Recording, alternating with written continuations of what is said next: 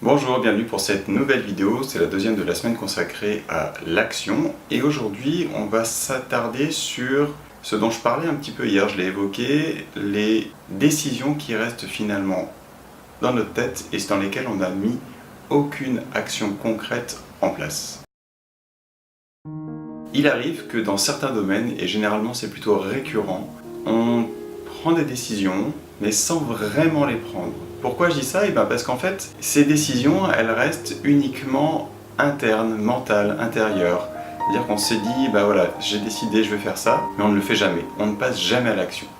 Et plus ça dure, plus ces décisions, finalement, on se dit, ah oui, ce serait bien que je fasse ça, ou ça aurait été bien que je fasse ça. Et finalement, on ne fait rien. Et généralement, c'est plutôt récurrent au niveau des domaines.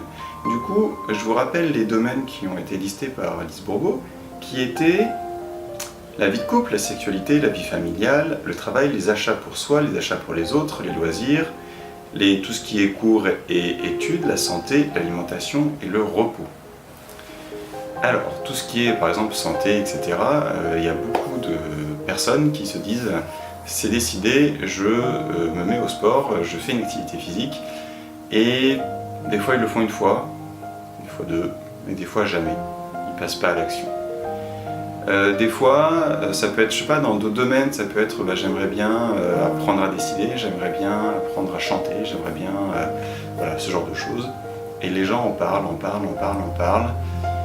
disent qu'ils prennent la décision, ça y est, c'est décidé, je le fais, mais ne passent pas à l'action. Et c'est généralement toujours dans les mêmes domaines. C'est-à-dire que c'est pas le cas dans tous, parce qu'il y en a quelques-uns dans lesquels nous ne sommes pas bloqués pour passer à l'action. Et là, le but d'aujourd'hui, c'est d'essayer de repérer dans chacun des domaines que j'ai listés et que Lise Bourbeau nous rappelle, quels sont ceux dans lesquels on est le plus bloqué. À quoi ça sert de faire ça? Tout simplement à identifier quelles sont les sphères, quels sont les types d'actions, les types de décisions qui nous posent problème et avec lesquels on a vraiment du mal.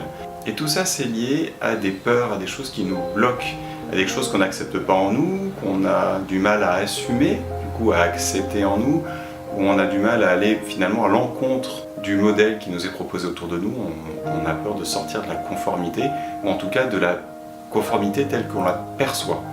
Parce que plus le temps passe, plus je me dis que finalement, il n'y a jamais rien de conforme. Et ça se voit notamment quand on regarde les histoires familiales.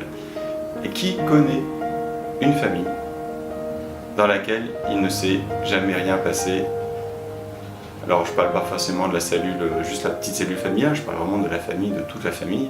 Je pense pas qu'il y ait une seule famille dans laquelle il n'y a jamais eu une histoire, un événement qui soit en dehors du moule, du cadre qui nous est apparent et qui correspond un petit peu à l'espèce de bienséance qui n'est qu'un concept, qui n'est absolument pas atteignable et qui en plus a été défini non pas comme un idéal qui nous permet de vivre bien, etc., mais comme un objectif pour cadrer les agissements d'une population en dehors de toute considération pour le bien-être des personnes. Du coup, le travail aujourd'hui est uniquement de repérer les domaines dans lesquels nous avons du mal à prendre des décisions et surtout à passer à l'action derrière, avec toujours plein de décisions. Ah oui, ce serait bien que je fasse ça, j'aimerais faire ça. Ah oui, j'avais dit que je déciderais de faire ça. Non, lapsus. Ah oui, j'avais décidé que je ferais ça. Et finalement, où ça n'est jamais arrivé, on n'est jamais passé à l'action. C'est tout pour aujourd'hui, je vous remercie d'avoir regardé cette vidéo. Je vous souhaite une très belle journée et comme chaque jour, prenez soin de vous.